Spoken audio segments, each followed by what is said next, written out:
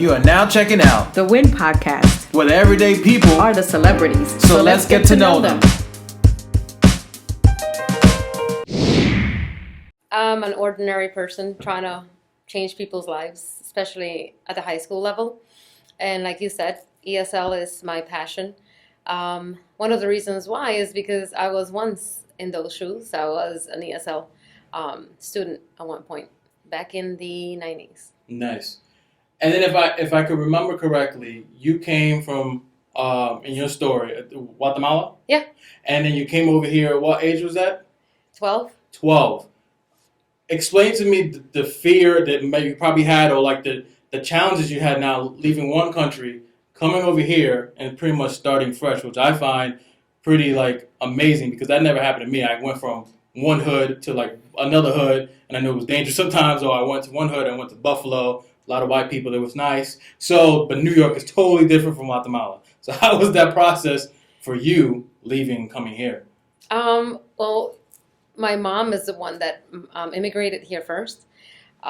She actually went to high school here back in the 60s. So she graduated from Far Rockaway High School. And that's where she created another life, per se. She would go back and forth between Guatemala because eventually she married my dad. As soon as she finished high school, she married my dad in Guatemala. And she would come here for work and she'll go back. And one day, my parents just decided it's time for us to immigrate. Let's move. And the move was to come here. So eventually, my mom came first when she was ready to host us because obviously she had to have an apartment for us ready. It's 6 of us. So I have 3 siblings and both my parents. So she needed to have something ready for us. Yeah. So we came grandma's house. She lived by herself, and it was challenging in more ways than one because having to learn a new language, being exposed to different cultures, and Far Rockaway was not as diverse as it is now. So school was, I didn't know this then, but we were segregated. We, meaning as students, we were segregated. We were in a specific hallway in the school. Really? Bilingual education, and we would only travel from one classroom to the next in the same hallway. Damn, I didn't even know that. The only time we would leave that little hallway it was to go to the gym or go to the lunchroom, and we had a special period for our lunchroom. So again, very much separated. And I'm assuming the school in Guatemala was not based like that as well. No, we were definitely used to something different, even a new, a different life, obviously, as well. We, thank God my parents were able to afford maids. So not until later on, I learned why we really came here. So my dad was a journalist, but he really had a 9-to-5, and he worked for a company, Goodyear. And he used to write against the government. Underground writer, so they found him out. But again, I didn't learn this until I'm an adult. Yeah, I knew the reason why we really needed to leave. And like I said, I never understood it really because we were very comfortable. And then my parents decided to come. So school in Guatemala, yes, it's totally different. We do have the public school system, which is not the greatest. So we were in private school. I was in a Catholic school. Actually, when my husband and I visited, as now older, he went to the school himself, and it was nice. We had a little tour of the school, and I remember being I came to this classroom and this teacher and blah, blah. Going back and pretty much revisiting your past, how did you feel? Like, was there something like, I guess, there was a revelation for you, almost like how proud you have and how far you came? Like, what was that moment for you now going back and revisiting those moments? Yeah, that was pretty tough. I could not describe the feeling. It was like a knot in my stomach, and again, my husband was with me. I just bursted out crying. Yeah. Because it is impactful to go back to, the place you grew up, and people that I grew up with were still there, especially the parents of the people that I grew up with. Many of them my friends moved to the United States as well, but most of them are in California, so I really don't have that connection. And the ones that were still around in Guatemala, I did reach out and we got together. So it was very nice as adults. Mm. It's really, really nice. What was something that you learned from your parents? Because it seems to me, one, I didn't even know that, and that's pretty freaking remarkable. That one, what your dad was doing, standing up for what's right, having a voice, and that could be also very fearful at times. And then, of course, shit happens, and you have to like figure it out and leave. Right. And then also, your mom also seems like a strong woman, where she had to go first, figure things out, bring the whole family between both of you guys. So, you looking back, or what was some lessons you learned from them that eventually helped you in this journey now, you coming over here and going through the ropes and trying to figure out who and what you are? Well, one of the main things I learned was to always have a plan B, because I think that all along they were wise enough to know if in case, something happens, we're ready. I didn't come here undocumented, thank goodness, and it's because of my parents preparing for the future. We had a residency already planned out. We came here, like I said, my mom had already settled in a way. So the schooling that they chose for us in Guatemala, we had English classes. We also learned French. So again, they were very wise and they're planning ahead and seeing beyond. Yeah, to me, it seems like also like they're very courageous, because for your dad to do what he's doing, a lot of people are afraid to do and even speak out, and then for your mom too to follow through as well, and then not knowing, even though you have like the plan B and you're plotting and you're planning, sometimes it may not. It's still like a feat of jumping into the unknown. You don't know what's really going to happen. It could look beautiful on paper, and I thought that's, to me, like looking back, it's very courageous too, in taking that risk to do that. What was so challenging for you to adapt into schooling? What was like one of the toughest things you had that was very rough for you? The culture shock. That was, especially in Far Rockaway. Like I said, it wasn't what it is now. It's more diverse. We have more, in diverse I mean, we have more Latinos from Central America and the Caribbean. We have Haitians. We have everything. Did you do but it wasn't like that. So that I think that's what it was, the most challenging. Also the language, obviously, like I already said. But it's funny that you mentioned, up until this day, there are two of us friends that we're still in touch. Yeah. We go out, we catch up with each other every now and then, and that's from middle school, because that's the age that I came. I was they right away felt, the schooling Department of Education right away felt that we were special education. And so when they placed us, my mother, thank God, advocated. And she said, no, it's not about that. All they need is to learn the language. They don't have any other challenges or disabilities. So I was actually placed with my sister in the 7th grade. I was really supposed to be in the 6th, but because of the background that we had, and again, the good education, we were able to just begin right away in 7th grade, just with the language to learn. What did you do to, I guess, overcome certain things that you was feeling in those moments of like, here now, the world wants to label you as something, and the school too, and it put you somewhere, and I could imagine that you're still trying to figure those things out. What was some things that you cope with, or to not let that, in a way, affect you and deter you to the other side, the negative side? Well, it did. It did. So it came a point in my life where I felt defeated, especially in high school. We began to read English literature, and I was still trying to acquire the language. So I decided that, you know what, I know my parents brought us here, and I know that we have an opportunity to become something and whatever, but I just wasn't up for the challenge. I had enough. So I dropped out of high school. Then now, when that happens, what was going on? Did you even have like a regret of doing that, or later on it probably came, you were just like, I don't want to do this anymore? I think it worked out, to be honest with you, because now I see my students struggling to pass Regents exams and having to go through all of this rigorous work and academics that you're being exposed to not only learning the language, but learning subjects at the same time. U.S. history. Students here, obviously, as a child, you're grown up and you're exposed to the Pledge of Allegiance, everything that has to do with being an American citizen. And these students come 15, 16, 17 years old, and they're right away 9th or 10th grade with no background. All they know is the history from where they come from. So to be like giving them a crash course from, okay, this is every morning, the Pledge of Allegiance, and everybody's standing, and you're just looking around like, what are they saying, right? And then at the same time having to acquire, like I said, the subject and just the material.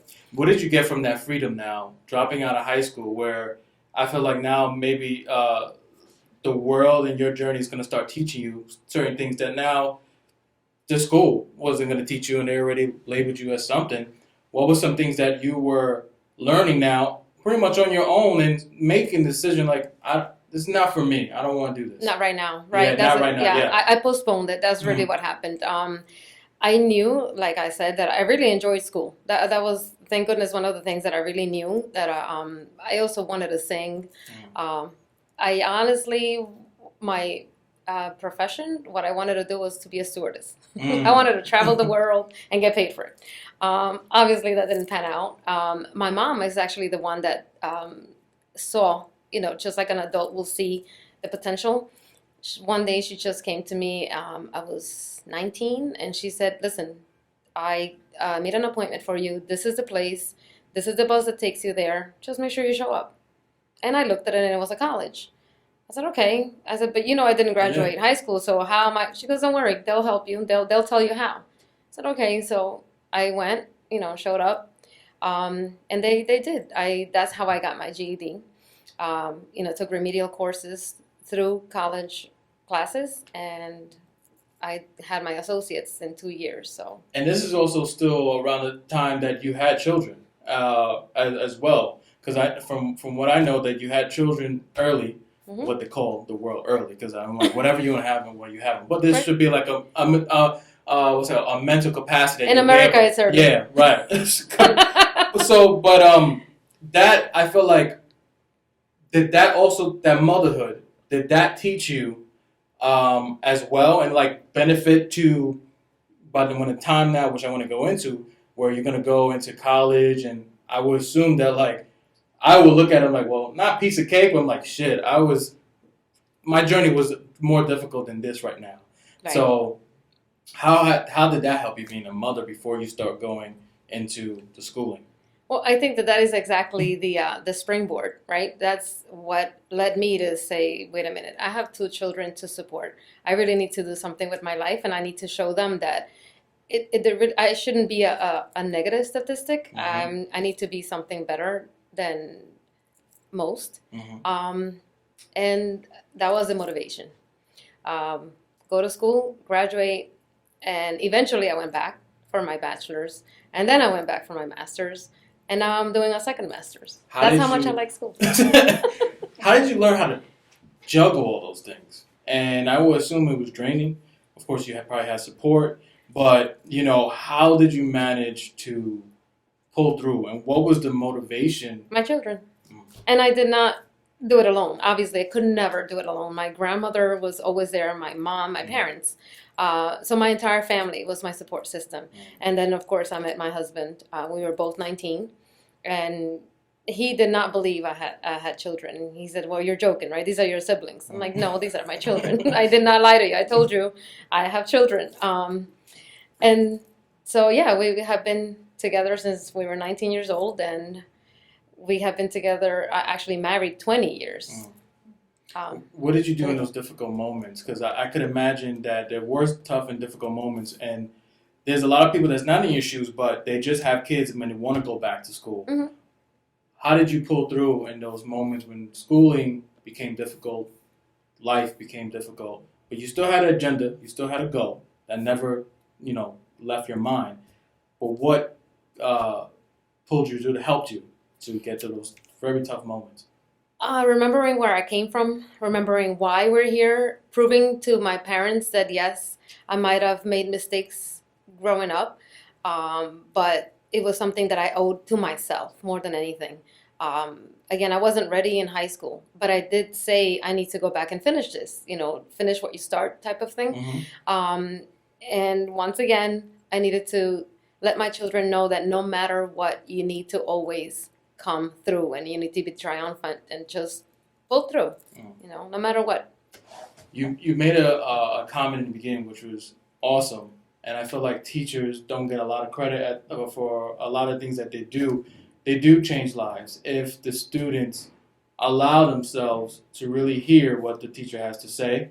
Of course, I always learned this in college too. It's like, don't pick courses, pick teachers. Because there's good teachers, I feel like, that really connect, and there's the other side of teachers, it's like whatever, it's a paycheck, and that's just life. And maybe something happened in their journey, it's like, well, the kids are different now, generation, they don't care, so I'm not going to care.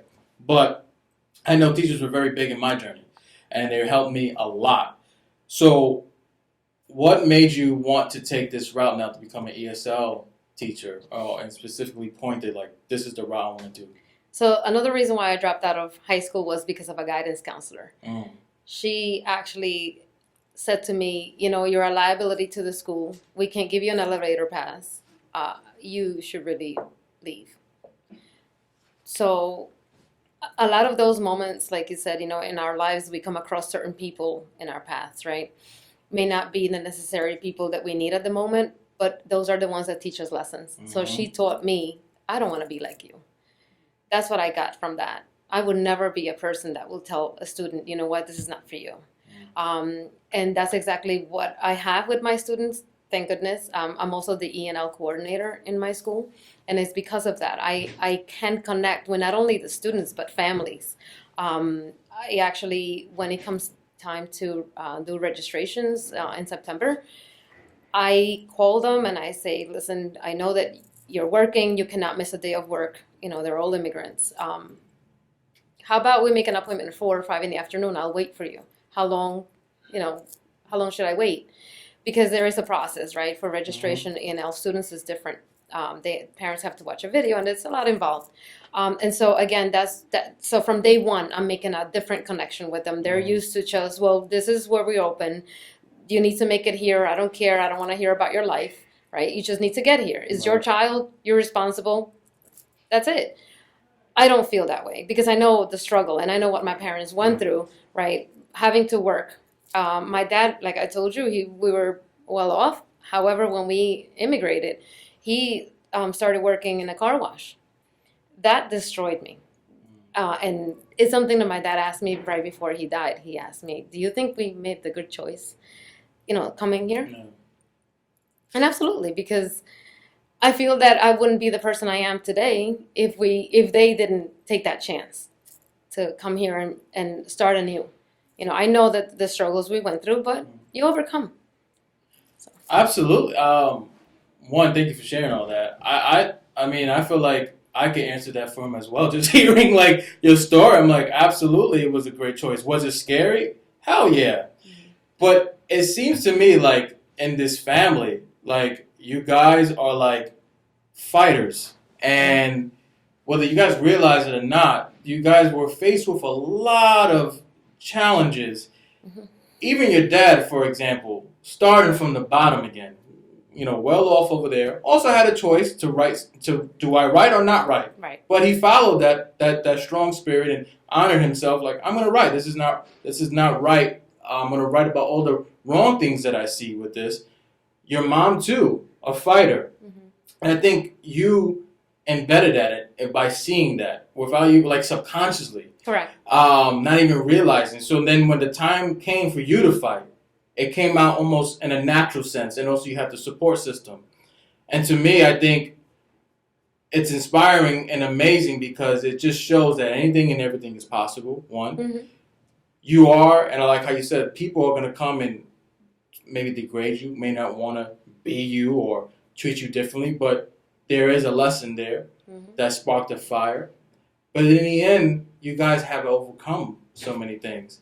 And I want to know, when you're talking and you're connecting to the kids, I feel like there's a bigger purpose there, of course. Oh, yeah. You're connecting them because you see yourself in them. Yes. What do you learn from them? Because I feel like kids they also teach you. Yes. And it's like in the beginning, I feel like, especially when they're newborn and stuff, they are sharing so much.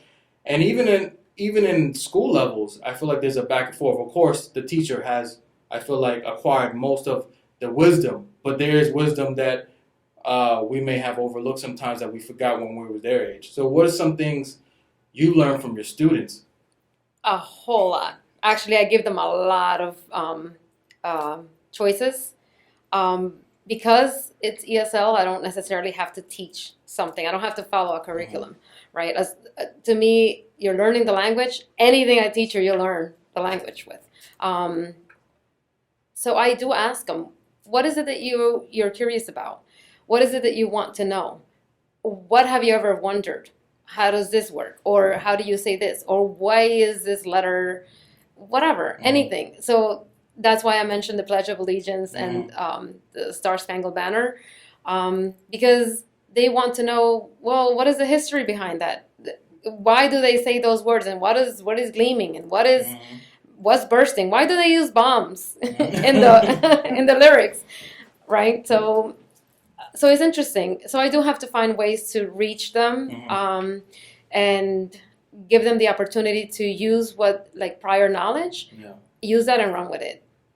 A lot of the words that I use are cognates, so words that are similar in Spanish and English, or even if it's Arabic. I learned Arabic as well because I learned that, for example, pantalon is pantalon, right? It's just the accent that you give it, but it's the same word, and that's Arabic. Yeah, I just learned something right now. Abogat is another one. That's lawyer, abogado. So I'm telling you, so that, you through talking to them, their experiences, you do learn a whole lot. So as a teacher, I use that for my advantage, right? To write back at them and help them with that, as opposed to other teachers may not want to hear, oh, well, I don't have time to hear what you have to say. This is my plans, this is a curriculum. One teacher said to me, well, I need Lincoln dead by December. This is the curriculum. I'm like, they're going to think it's a conspiracy. I'm not because they have to be at a certain point, right? Yeah. Because the regions. So again, I don't rush through what I have to do. I feel that there's a bigger purpose. And students do act differently when they do know. Children are children after all. They know who is acting in their best interest, who really cares. And because of that same reason, I had a program within the ENL department. I became aware that there is specific funding for ENL students through the DOE. So I told my principal about it. I said, listen, I know that there is specific funding. I'd like to do A, B, and C. I submitted a proposal for a program that I wanted to have, and it was every Saturday. We would have a Saturday of instruction, and another Saturday I would take them on a field trip. And we would go to the Statue of Liberty. We would go ice skating.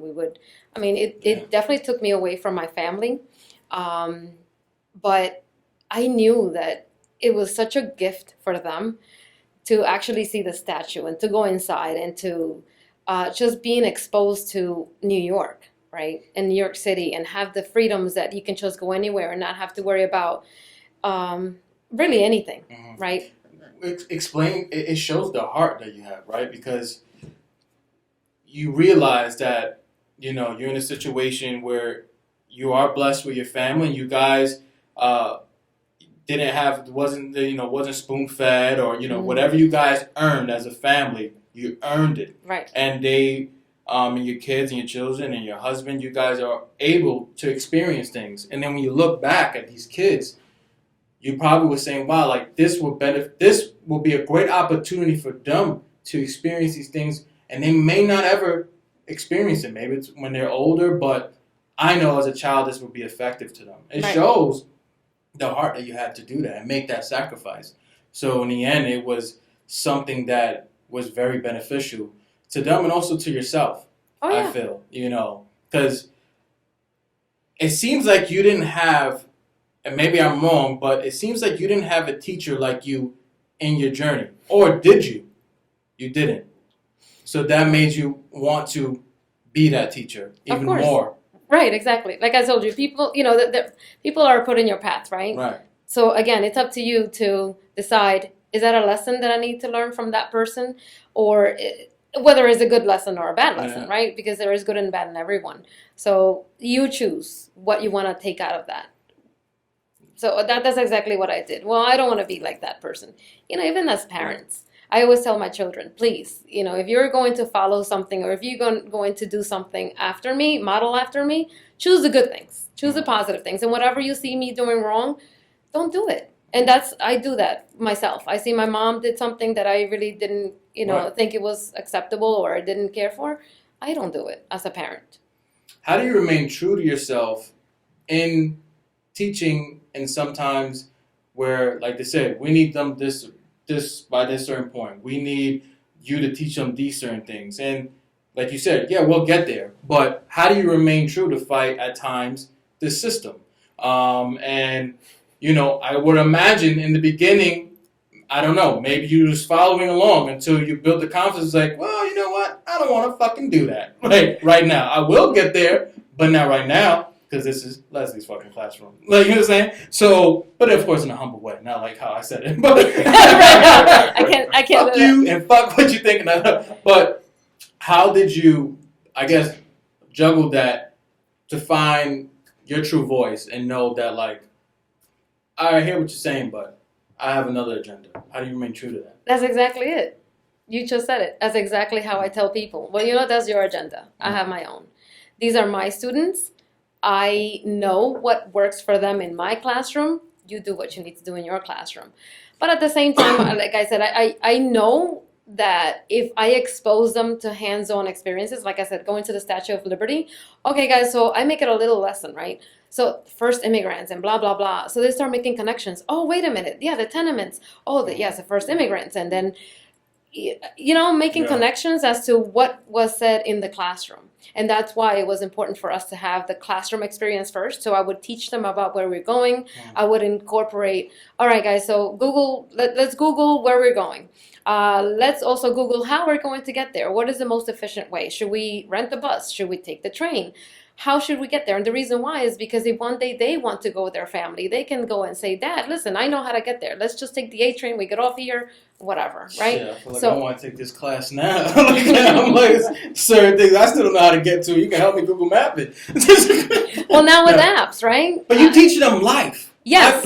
You know what I'm saying? Life skills, absolutely. You have to. Not only here's some history, blah, blah, blah, and that's always great, but here's some life shit that's going to help you and when you get older. And I felt like school should be that way. Correct. There should be a balance between those two things because there isn't. By the time you go to college, you're in debt because you don't know anything about the loans that you're taking. By the time you leave, it's like, okay, go have fun now, figure out how to get a job, and guess what? We're going to knock your door in 2 years because we want payments, right? But we're not prepared for a lot of those things. Correct. Especially in high school. If it wasn't for me growing up in the projects, that or automatically, and I think Frank can agree to that, that taught you survival of the fittest. So by the time where you go to somewhere like that, you're in a sense already prepared of how life can treat you and how tough and you got to earn certain things. And I want to commend you for teaching life skills and life lessons to your students. It's very key. Right. And I was going to ask you a question, but I think you're probably going to say that was what is an important lesson that you want to teach your students, and what is something that you want to leave them when they leave you? What is something that you hope that they got from you? I think one of the most important things is, again, that people that cross your path always learn from that, whether it's a good thing or a bad thing. Learn from it. Everything you're exposed to, use it to your advantage. Don't think that it's an obstacle. Just go right through it and see it for yourself also. Don't let people tell you, oh, don't go to the Bronx because the Bronx no. Go visit the Bronx. It's worth it. Exactly. Get around. No, go get robbed. I was like you get robbed anyway. Yeah, exactly. How do you become better as a teacher? Because it seems to me you push your students to become better students and to be better human beings within themselves. How do you become a better teacher within you? What is something that you look for in you, or do you have meetings with yourself in the mirror, be like, hey, Leslie, I like how you did this. You know what I'm saying? What is something that you learn from yourself, or that you want to better yourself? Again, going through other people and see how they treat other people and how I shouldn't be treating them. No, my I students. get that, but I feel that, like you said, I'm not perfect. And I also learned from my parents as well, certain things I don't want to do, which life is a big lesson for that. But I would assume that there's also a drive. We got the main gist of it of like, I want to be the teacher that I didn't have. So how do you continue to learn and grow within yourself to become a better teacher? Maybe last semester or last year, there were certain things you could have done better. Do you ever check in with yourself in those type of moments? Absolutely. Okay. Yeah, I feel that one definitely has to do that. The students are my drive. Especially this year, I feel that I have many more students than I ever had. It was always a classroom of 10, and I'm talking about the ones that just came because that's the isolated class that I have. There's always a big amount of a quantity of students, ESL students, but brand new that just migrated to the country. This year I have 20 in the classroom, and that really made a different impact in my life. And like we were talking about earlier, they teach you many things. And so I don't want to disappoint them. I don't want to be that person that just comes and collects a paycheck, and no matter if I have 5, 10, 15, 20 students in the class, you're still my responsibility at the end of the day. I want you to be successful. And I know that language, especially in the United States, English. If you don't know English, you're right away labeled, categorized. If you have an accent, you're labeled. Right? So I think that is my goal, because I knew that when I first came, that was part of my struggle. I was very frustrated not being able to say what I really thought, what I really wanted to say, being incorporated in the classroom. It was really frustrating. So I understand their frustration, and that's why I tell them, well, if you really want to get ahead and want to achieve goals, this is one of the things you need to do. And please do not lose your first language, because that will make you even a better person, right? A double threat. And all the experience that you have, that's a positive, because many people are not going to go through the same things you've gone through. Use that to your advantage. Understand how that works and how you don't want to do that, and you don't want others to go through that either. So, just learn how to advocate for yourselves. That's something else I teach them. If there is someone or something that's bothering you, you have to advocate for yourself. Find a translator or demand one, because nowadays, you actually have to know your rights as well. I tell them that. It's obvious that you have a passion to do this for many reasons. But with everything in life, there's going to come a time where you're going to retire, probably, or you probably want to do this to the last drop. Are you calling me old? No. Okay, good. Just clarify. No, but hey, you're gonna get old, and you're gonna be like, I don't want to do this, and I want to retire. Yes. Right? Have you thought about what will be the next phase of,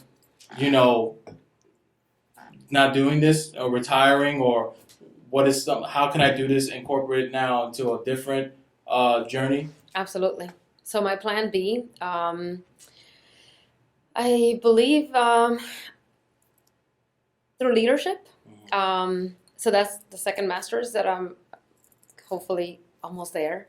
It's that leadership. So my plan B is that when I retire, I'm planning on coming back and working at the district level or higher, chancellor's office maybe, and just making that other type of impact.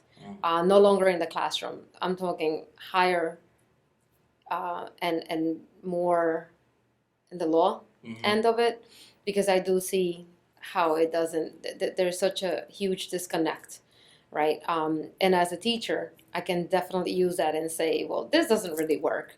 And I feel that as a state, we need to do better than what we're doing, never mind as a city. Right. Have you ever thought about even like maybe one day going to Guatemala to teach? Like, yes, for like a summer or maybe a month or something like that? Yes, I actually, open up a school and have the same curriculum that we have. I mean, there are schools there already that, especially from Europe. No, that's true. from Europe. There's a lot of Europeans that have come and sort of taken over a specific part of the country. And it has crossed my mind, but my life is actually here. You know, I have children. They're eventually going to have children. I don't want to miss my grandchildren and not having that opportunity to be a grandma. So not so much. If you can go back, like, and leave a message to yourself, what would that be? Great job. You did it. Dope. That was easy enough. So, Leslie, we got to know you and your passion, and you shared a little bit about everything, which is great. Like, you pretty much summed it up in a nutshell. And now we're going to move forward to the first segment of this interview. It's not over yet. The first segment of this interview is called Let's Look Inside. I'm not looking for like a big essay with these questions. Just good. Yeah, just whatever comes to your mind. So the first question for this segment is, what in life is beautiful to you? Wow. My family. Question number 2. If we could pump the brakes in your life right now, what is something you would pay more attention to in your life? My family. Oh, he's great. You got 100 so far on this. If I had to grade you. Now we move forward to segment number 2, Words from My Spiritual Teacher, Guru Enlightenment. In this segment, I discuss certain writings that she puts on Facebook and her book, and we just talk about it. Okay. This one's come from her book, Finding Your Own Answers in the Unknown. And it goes like this. Don't be afraid of the unknown, for that will imprison you. Do not allow the world to consume you. Set your wings free. Take a chance and fly so that you can follow your path for what awaits you. That's beautiful. How do you feel about that? Before you said beautiful, but does anything come to mind when you're hearing that? Yeah, absolutely. I feel that you have many freedoms to be and to do whatever it is that you set yourself to do. As long as you're not harming anyone in the way, anything is achievable. Anything is reachable. It's about setting goals and being disciplined about it. To me, I agree with you 100 million%, if that's even a number, but don't grade me on that. But I feel this sums up pretty much your family, you know, the unknown. And I talked about it. It's funny how I touched on it. When I do these things, I always say I don't pick and choose. I open the book and that's it. In the end, it always resembles the person's journey of what they shared. You guys faced a lot of things, but you didn't let that imprison you. You didn't let that stop you. You found a solution. And then it came to your life, same thing. You made choices. I'm going to leave this. It's going to come back later. I'm going to be a mother, blah, blah, blah. But there was a lot of the unknown that you accepted.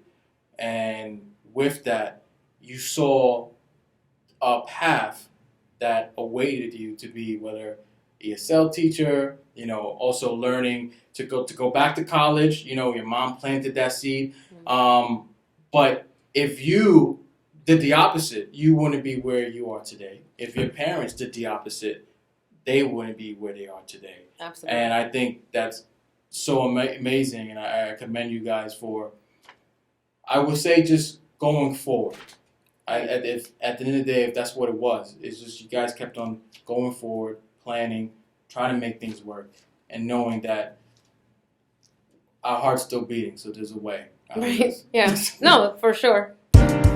You are now checking out The Win Podcast, where the everyday people are the celebrities. So let's get to know them.